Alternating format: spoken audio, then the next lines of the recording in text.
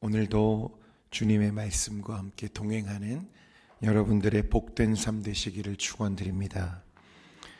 오늘 우리가 읽은 이 말씀은 베드로의 설교입니다. 성령이 충만한 베드로가 사람들 앞에서 호련히 일어섰고 교회 앞에서 이것을 지금 설교하고 있는 것입니다. 오순절 성령님이 임하시자 그는 사람들 앞에 서서 이렇게 말했습니다.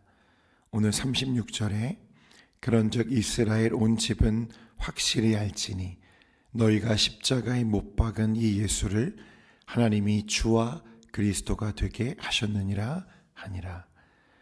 여러분, 앞에서도 우리가 계속 이야기를 했지만 당시 세상이 흉흉했습니다. 명백하게 적대적이고 기회만 된다면 예수 믿는 사람들을 해하려고 하는 시도가 실제로 계속되는 중이었습니다. 그런데 베드로는 이제 뒤를 돌아보지 않고 담대하게 말하기 시작합니다. 너희가 죽인, 너희가 십자가에 못 박은 예수를 하나님이 다시 살리셨고 그분을 우리의 주와 그리스도가 되게 하셨느니라. 이 말은 당시 예루살렘 사람들, 그들의 심장을 폭격하는 하나님의 선언이었습니다. 너희가 죽인 예수가 하나님의 아들이다. 너희가 십자가에 못 박은 그가 메시아다. 그래서 37절에 보면 사람들은 그 설교를 듣고 자신들의 마음이 찔렸다고 기록되어 있습니다. 그러나 그 말은 여러분, 죄를 고발하는 말임과 동시에 그가 다시 사셨다. 이것은 새 생명과 은혜로 그들을 초대하는 선언이기도 했습니다. 십자가가 끝이 아니라 새 시작이 되었다는 복음으로의 초대였습니다. 이것이 바로 성령이 충만한 베드로의 설교였고 이제 막 생명으로 숨쉬기 시작한 교회가 담은 첫 메시지였습니다. 두려움에 갇혀있던 제자들이 이제 성령의 능력으로 세상 앞에 서서 죄를 고발하되 사랑으로 품고 진리를 외치되 은혜로 초청하는 공동체가 되었다는 것입니다. 성령으로 시작된 교회 전체가 세상에 처음으로 전한 복음의 고백이 이것이었습니다. 그리고 그 고백은 오늘 저와 여러분, 그리고 우리 교회가 서 있는 복음의 기초이기도 합니다. 사랑하는 성도 여러분, 지금도 동일한 복음, 동일한 성령, 동일한 메시지로 하나님께서 우리 교회를 세우고 계시고 붙들고 계시는 줄 믿으시기를 바랍니다. 그러므로 오늘 이 복음의 네 가지 핵심, 내어주심, 일으키심, 높이심, 부어주심, 이 네 단어 안에 하나님이 우리를 향해 행하신 그 구원의 진리를 우리가 마음에 품고 그 복음을 따라 오늘도 함께 걷는 저와 여러분 되기를 소망합니다. 오늘 23절 말씀에 보면 우리 23절 같이 한번 읽겠습니다. 같이 읽습니다. 시작. 그가 하나님께서 정하신 뜻과 미리 아신 대로 내준 바 되었거늘 너희가 법 없는 자들의 손을 빌려.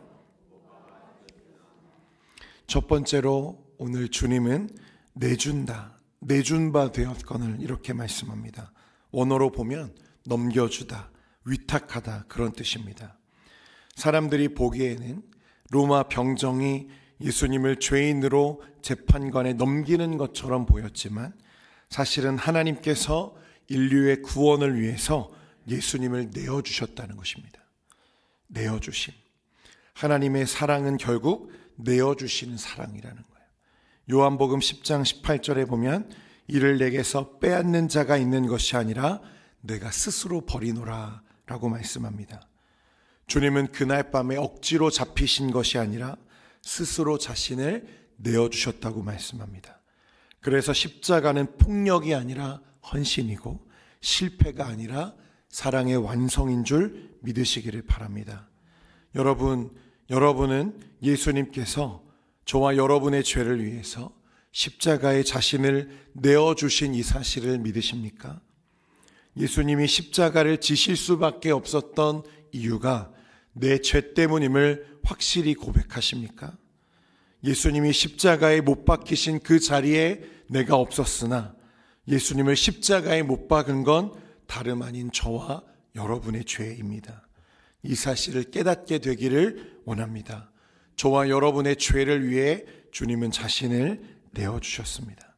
그것이 주님의 사랑이고 오늘 우리가 세상에 보여야 할 십자가의 본질입니다. 두 번째는 24절 말씀에 우리 같이 읽습니다. 시작. 하나님께서 그를 사망의 고통에서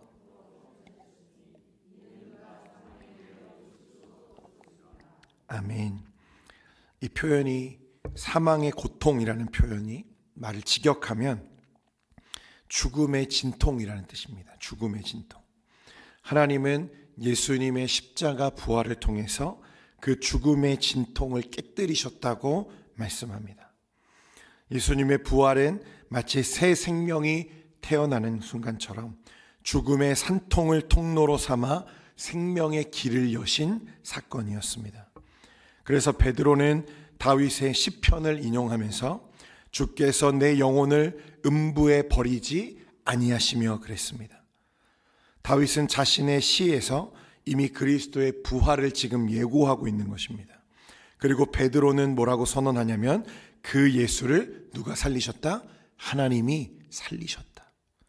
우리가 그 일의 증인이다. 이렇게 말씀합니다. 하나님이 주님을 그 사망에서 일으키심과 같이 이제 그 예수를 믿고 예수의 생명을 가진 자를 하나님이 다시 살리실 것을 믿는다는 것입니다. 그러므로 예수의 부활은 우리의 산 소망이며 부활의 첫 열매인 줄 믿으시기를 바랍니다. 모든 믿는 자의 부활이 소망이 되시는 예수 그리스도의 부활이십니다. 세 번째로 우리 33절 말씀에 같이 한번 읽겠습니다. 33절입니다. 시작. 하나님이 오른손으로 예수를 높이심에 그가 약속하신 성령을 아버지께 받아서 너희가 보고 듣는 이것을 부어주셨느니라. 아멘. 여러분, 여기서 높이심에 라는 말은 들어올리다, 존귀하게 하다라는 뜻입니다. 십자가의 낮아짐을 지나서 예수님은 하나님의 보좌 우편에 곧 권세와 영광의 자리에 앉으셨습니다. 이것은 단순한 위치의 변화가 아니라 하나님께서 예수님을 높이셨다는 것은 예수님은 온 인류의 주인으로 그를 세우셨다는 뜻입니다. 십자가는 세상의 심판이었지만 부활과 승귀는 하나님의 선언이었습니다. 이분이 참된 왕이시다. 이분이 죄와 사망 위에 모든 권세 위에 계신 주이시다.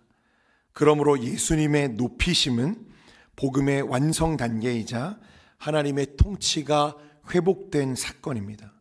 그분이 높아지심으로 인간의 교만이 무너지고 모든 질서가 비로소 바로 서게 되는 거예요.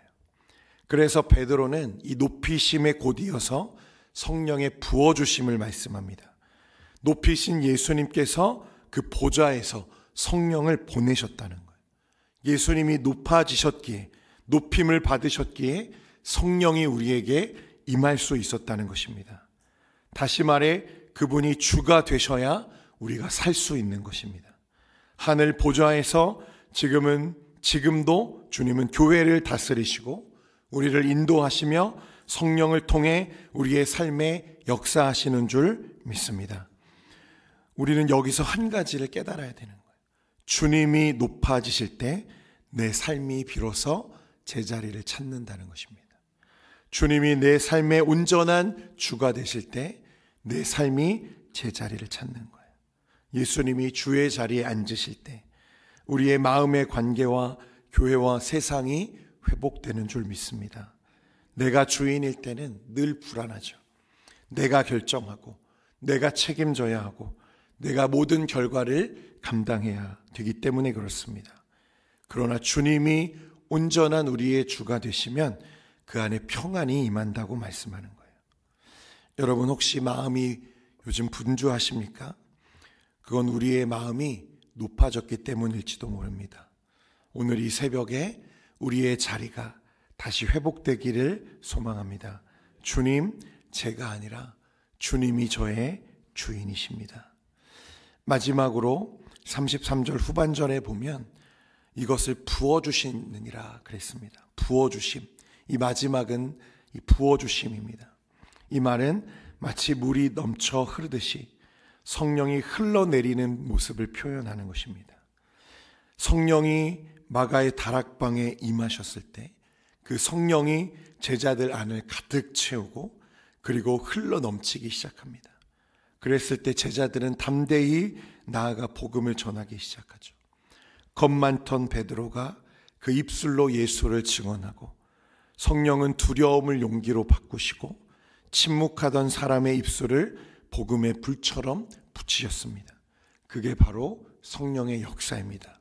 사랑하는 성도 여러분, 저와 여러분의 심령 안에 오늘도 그 성령이 충만함으로 역사하고 계시는 줄 믿으시기를 바랍니다. 그 성령은 오늘도 동일하십니다. 그러므로 주님을 온전히 바라보고 고백하는 성도들의 삶에 주님의 성령의 부어주심이 오늘도 우리에게 일어나는 줄 믿으시고 오늘 그 성령과 함께 동행하는 여러분의 복된 삶 되시기를 축원드립니다.